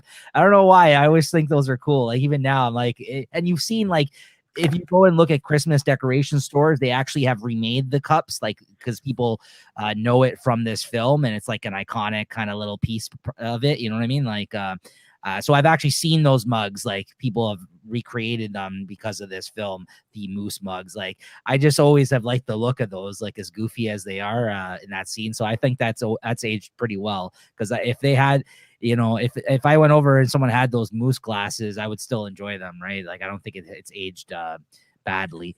Something that has aged badly, like you touched on, though, that I had written down, were, yeah, the light bulbs, especially the light bulbs not working. If one of them went out, like, that's relatable, because, like, that really was how it was. But at the same time, like, if anybody remembers that, but at the same time, it's like, yeah, it hasn't aged right well, because it's ridiculous that the like the lights were like that. Not only that, it's ridiculous, like, how they were made. Like, you could actually burn down your house or the tree with the lights back then, because they used to actually get hot if you left them on, where now you can leave them on for days. You know what I mean? Like, and nothing will happen. Yeah. No, they it's what else do I have? I had cutting down your own Christmas tree. I don't think that aged well either anymore. I don't think very many people do that. I know they just go buy it at a parking lot. It's like an old school Christmas family tradition, right? More so, yeah. And that's a good one. That's a good one. What aged the best was I don't know. What did I have that aged best? Trying to have a nice family Christmas. Like, since this year we're not gonna all have one. I mean, Right. this was the closest thing. But I mean, yeah, you're right. I mean, when it ages, it aged pretty good, because we do still, when we can, we get to do those old fashioned Christmases. So everybody still tries to do that kind of stuff, right? So I think what actually another one that really aged the worst was Chevy Chase. Physically, yeah, for sure. And he's probably in the worst shape of them all, man. I mean, honestly, I feel bad for that. I don't know. I hope he's all right, but I mean, he's just in rough shape. He's just ballooned up to, like, I don't know. Poor guy. I don't know what's going on with him. Maybe he's just down and in the dumps now, and no more movies for him. Yeah, no, he definitely yeah, it doesn't look great now if you he's bald and fat and old, and but that's a lot of people. Miserable. Yeah, a lot of people get like that in their old age though. um Yeah. And the other thing I written down for Age the Worst was like tinsel. No one really uses that anymore. Again, it's like a huge fire hazard, I guess. Like, and they learned from that, right? And the prices at Walmart being so low in this film. Did you see? I mean, I know it's the States too, but did you see the prices of those huge things of dog food he was putting in the? They were like $5 in the Yeah. Yeah, I was like, whoa, what's going on? $9.98 or $5.98, and yeah, now they're like $40 for. If you had to get a bag, it's probably way more than that. I wouldn't even know how much a bag of dog food that size would cost. I know all my friends have like little small dogs, so it's all these like little bags. They get $20 here, $30 here. Right? Those are Walmart prices, bro. It was a Walmart, I think, that they went into, wasn't it? Yeah, Walmart. Yeah, it was Walmart. Yeah. It didn't age well, though. I'll tell you that. You could tell this is 89 in the States, where maybe those prices were real. And if they were, holy crap, right? Like compared to now, inflation is a bitch, right? So yeah, here, let's hit the comments here, though. Let us know, guys, if you have any of what you think's aged the best or the worst here before we move on to the last categories.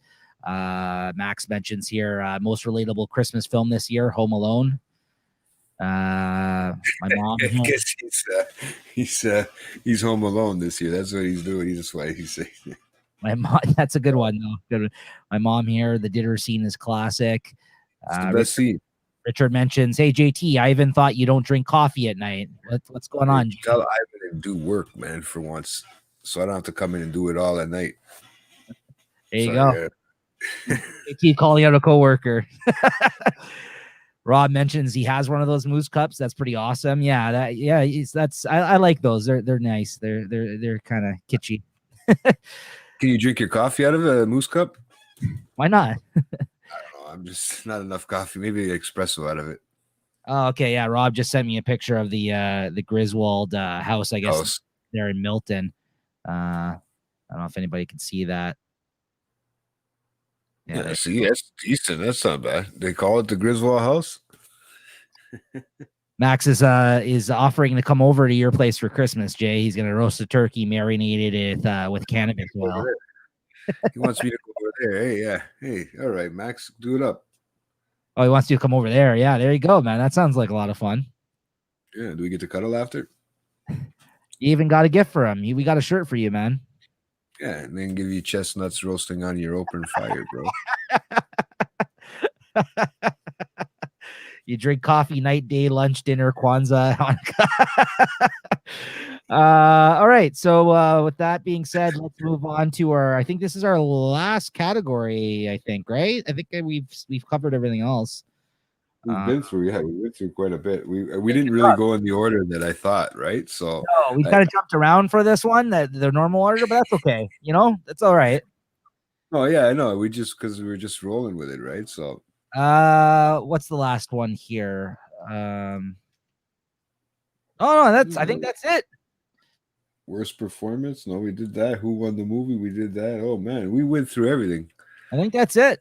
Because I had unanswerable questions, and then we just knocked out the best and sorry, the worst. Yeah. I didn't even realize we went through them that quick. Holy shit. Well, all right. Well, there you go. I think that's it, guys. I'm just going to continue to look over this quickly. Let us know what you think in the chat. If there's anything else you want to add here before we, we start to wrap up. But we'll sit around and chat for a few minutes before we do that. We actually, we normally announce the next movie we're going to do. Although, Jay, I think we never really had a discussion where we confirmed that, unless you want to go with that film we just mentioned a little while ago. I'd be down for that in January personally. And I know that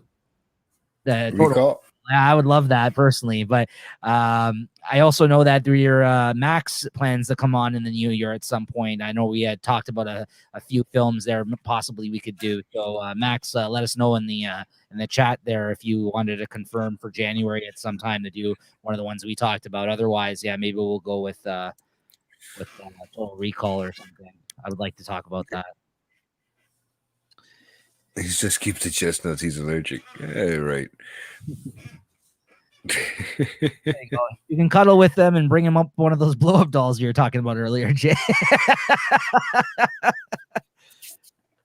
Oh man. So yeah, no, yeah, I'll do a Total Recall. I'm down, but I mean, if Max is down for doing one of them, we can always switch it up. He bounced around. Watch, he's gonna tell you he wants to do Belly, only because he watched it 40 times this week. I mean, I would do Belly. I'd be okay with doing Belly. I think it's a film that a lot of people maybe have never watched or have been exposed to. So I think it'd be an interesting discussion in that sense, right? Max has a random question for us. If we were going away for 6 months and can only take 5 shows and 5 movies, what would you take? Ooh, that's a good one. That's a good one. Let's review the relevant. He's gonna bug me about that one. I don't know, Max. Give me a moment. I'd have to think on that. I don't know. That's a hard one. 5 movies. I mean, probably Goodfellas, one. I always end up, I'm trying to think of films that if I catch on TV, I end up sitting down and watching like the whole movie again. If I catch like a bit of it, you know what I mean? Like I get sucked in. Goodfellas is probably one. Can I bring lubricant? It changes the style of movies I'm going to bring then. What else? I don't know. I couldn't tell you off the top of my head. There's, you know what? I'd watch anything, to be honest, at that point. Right? I don't know, man. That's really hard. Maybe something by Tarantino. Maybe. We'll have to get back to you on that one, maybe, Max. Yeah, Max. I can't think of them at the top of my head. That's a good question. That's if I had to give you a definitive list, yeah, I can't just I would have to take a look at all my movies out in my collection and in the hall in the living room there to get like a better idea. Right off the top of my head, I don't know. That's really hard because it's got to be one that you don't mind rewatching over and over again if you're only taking 5, right? And there's a lot of things that I think they're well done, really good movies, and specifically like dramas that I look back on and I'm like, yeah, that's a really good movie. But do I want to watch it a lot? No. You know what I mean? Like there's a lot of movies where I'm like, yeah, that was really good. And it's good to bring up even in topic of conversation like this, like rewatching it and doing it. Like, you know, even some of the movies that we talked about on the show here already. Let's look at some of the movies we talked about on Late Night at the Movies. The Shining, I wouldn't want to rewatch that 1,000 times. Like I like the movie a lot and there's a lot to kind of take in and examine and all that, right? But you want to see something that's more of an enjoyable, easier to digest film, I think, than The Shining. You know what I mean? Like I think what else did we do? We did The Departed. I like that movie, but not as good as some other type of movies in the same genre, so I wouldn't pick that. JT is fucked. He likes serial killers, so maybe he would rewatch 7 1,000 times. Maybe that would be one Jay would want to take with.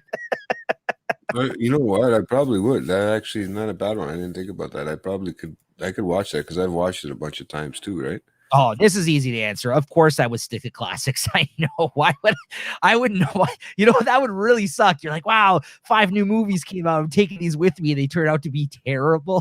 I would never. You know what I mean? Like, you would really screw yourself over with that one. I don't know. Jay though would maybe want to take 5 new movies. I don't know. I'm gonna take the relative event. Yeah, like that one that he was talking about. I'm gonna take that one and make sure. All right, but no, I'd like to watch. I don't know, man.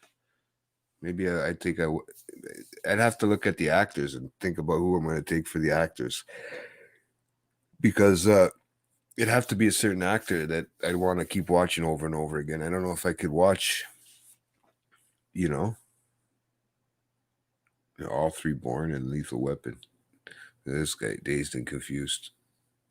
Dazed and Confused is good. Dazed and Confused is good. But I don't know if I can watch it consistently. I'm pretty much Dazed and Confused consistently anyway, so I could pretty much just watch myself if that's the case. That's a good list though, Rob. But yeah, even with straight up action films though, I don't know, man. I don't know if I can admit to any action. I just need music. I just need music. I don't need actual movies or shows, man. That's the funny thing. I just need something to listen to.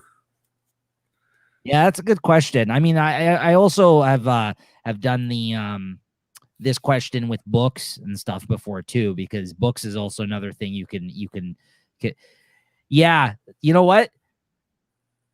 I would agree with that as well. Especially Sopranos, That's for me, that I've rewatched that show, I think, more than any show I've rewatched. I just rewatched it this year. I agree with you, Max, on that one. Absolutely. And I love Curb Your Enthusiasm, but I would have to, before I can confirm that as one of my 5, I would have to rethink on that one, I think, even though as much as I love it, as much as I can rewatch it, like something like I always rewatch, I enjoy too, is like Seinfeld, and even other like comedies, like sitcoms, comedies like that. I like Frasier, like things like that. You know what I mean? I like those shows, and I can probably rewatch them, and I have rewatched them many, many times, but I think that's a little bit harder to decide. But Sopranos for sure, because I always find new things to kind of watch and learn and like interpret in the Sopranos every time I rewatch it. Yeah. Oh, Chappelle. Yeah. Yeah, you know me pretty well. Yeah. Yeah, that's for sure. That's actually, yeah, well, that's my mother, everybody. That's who tuned in tonight. Yeah, that's she does know me pretty well. Yeah, she did see, she said Frasier. Chappelle Show I didn't even think of. Sopranos is in there too. Curb and Seinfeld. Yeah, that is a pretty good list. You actually you made it, but I think you said movies. That's why I didn't say TV. I think it was it movies and TV, or I think it was movies and I can't even remember that.